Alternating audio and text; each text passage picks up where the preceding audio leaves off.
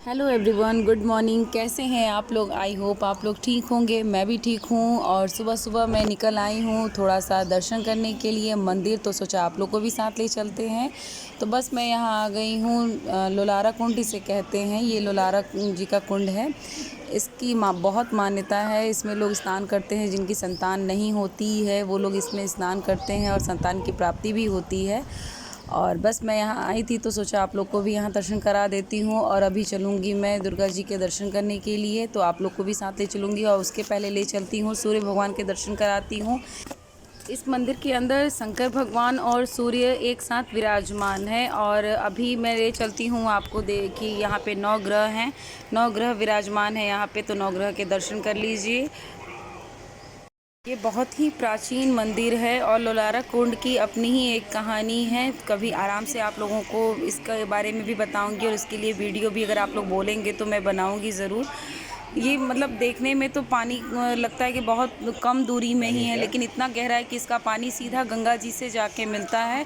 और यहाँ लाखों की संख्या में भीड़ लगती है। मतलब उस दिन पूरा बनारस जाम रहता है सिर्फ नहाने वाले लोगों के, श्रद्धालुओं के लिए। और ऐसे ये परमानेंट नहीं खुलता है, सिर्फ नहाने वाले जो लोग आते हैं उनके लिए ही ये खोला जाता है गेट, क्योंकि फिर खतरा भी हो जाता है। छोटे बच्चे हैं। पहले यहाँ इतनी सुविधा नहीं थी, गेट वोट नहीं लगा हुआ था, लेकिन फिर अब धीरे धीरे जैसे होते गई तरक्की वैसे गेट भी लग गए, सब कुछ हो गया। और अभी आप लोगों ने भोले बाबा के दर्शन कर ही लिए थे। वहाँ पे शंकर जी और सूर्य भगवान एक ही साथ विराजमान है। लोलारा कुंड से निकलने के बाद मैं आ गई हूँ महिषासुर मर्दिनी के मंदिर, और ये है काल भैरव। तो आप लोग दर्शन कर लीजिए। बनारस में बहुत ही ऐसी जगह है जहाँ पे बहुत छोटे छोटे मंदिर, बहुत बड़े बड़े भी मंदिर हैं, लेकिन बड़े बड़े मंदिरों में जाइए तो बहुत ज़्यादा लंबी लाइन लगानी पड़ती है। और लाइन लगाइए फिर उतना टाइम भी देना पड़ता है, तब जाके आप लोग को दर्शन मिलता है। तो उतना हम लोग के लिए पॉसिबल नहीं हो पाता है, क्योंकि हम लोग हाउस वाइफ हैं, तो हम लोग को घर परिवार भी देखना होता है और घर के लिए भी उतना टाइम देना पड़ता है। तो ये हम लोग के लिए फिर पॉसिबल नहीं हो पाता है। तो भाई जो भी भगवान, सब भगवान एक ही हैं, घर के भगवान हो या मंदिर के भगवान हो, भगवान तो बराबर ही है। मंदिर में बस ये रहता है कि थोड़ा सुकून मिलता है, शांति मिलती है। जाइए थोड़ा देर बैठिए भगवान के सामने, तो अच्छा लगता है। तो बस इसीलिए मैं आ गई थी अपने घर के ही पास वाले मंदिर में। तो आप लोगों को भी दर्शन। और ये लोलारा कुंड का जो एरिया है ये पूरा ही मंदिर से ही भरा हुआ है। यहाँ चारों तरफ आपको मंदिर ही मंदिर मिलेंगे, और आप लोग आराम से सारे भगवान के दर्शन करिए और फिर घर जाइए। बहुत सुकून मिलता है। उसके बाद से फिर से अपने ज़िंदगी को नए सिरे से शुरू करिए तो और भी अच्छा लगता है। तो बस ये है महिषासुर मर्दिनी, और इनकी उत्पत्ति ना अपने आप ही यहाँ पे हुई है, इसलिए ये अपने आप में ही एक अद्भुत है। और ये बहुत ही मतलब लोग कहते हैं कि बहुत ही जगता माता है, इनसे जो मांगिए वो पूरी ज़रूर हो जाता है। तो बस मैं यहाँ दर्शन करूँगी और आप लोग भी दर्शन कर लीजिए, फिर मिलते हैं आपसे।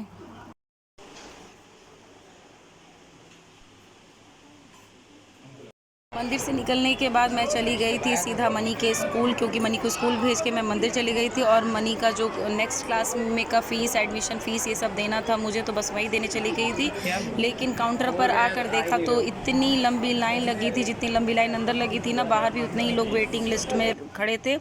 तो फिर मन नहीं किया, मैं वापस चली आई। और ये है शाम का क्लिप। और यहाँ पे बच्चे मतलब मनी फर्स्ट आए थे क्लास में, तो इनका भाई ट्रीट तो बनता ही था, तो मैं बच्चों को लेके आ गई थी थोड़ा बाहर कुछ खिलाने के लिए।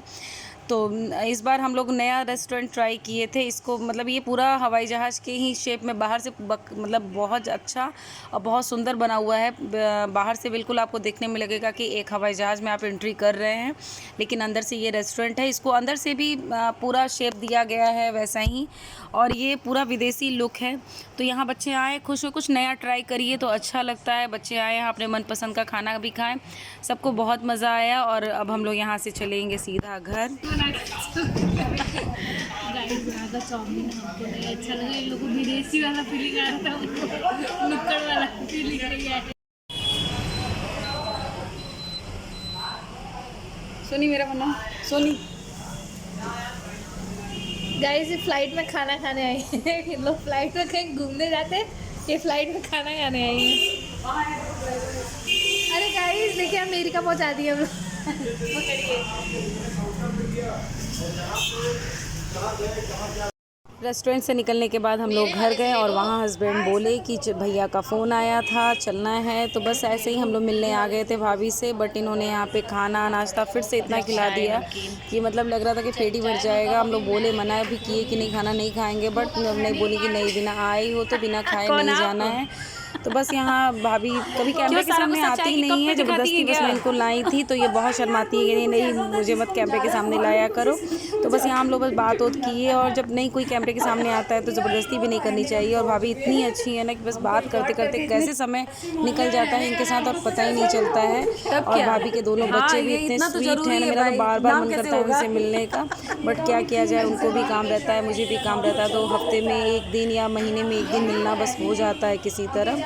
तो बस यहाँ हम लोग चाय नाश्ता करेंगे, खाना वाना खाएंगे, उसके बाद चलेंगे घर। और इस ब्लॉग को भी यहीं इसी के साथ एंड भी करेंगे। आई होप आप लोग को ये ब्लॉग पसंद आया होगा। अगर प्लीज़ पसंद आया होगा तो लाइक सब्सक्राइब करना मत भूलिएगा। और जो लोग मेरे चैनल को पहली बार देख रहे हैं प्लीज़ मेरे चैनल को सब्सक्राइब कर लीजिएगा। फिर मिलेंगे नए वीडियो के साथ, तब तक के लिए बाय बाय। दोनों के दोनों दोस्त कितने दिन बाद मिले हो तुम लोग? 150 साल बाद। 150 लॉकडाउन के बाद है, लॉकडाउन के बाद। लॉकडाउन के बाद एक बार मिले थे, उसके बाद अब 2 बार मिले थे उस समय, फिर ये तीसरी बार हमको लग रहा है, ये तीसरी बार।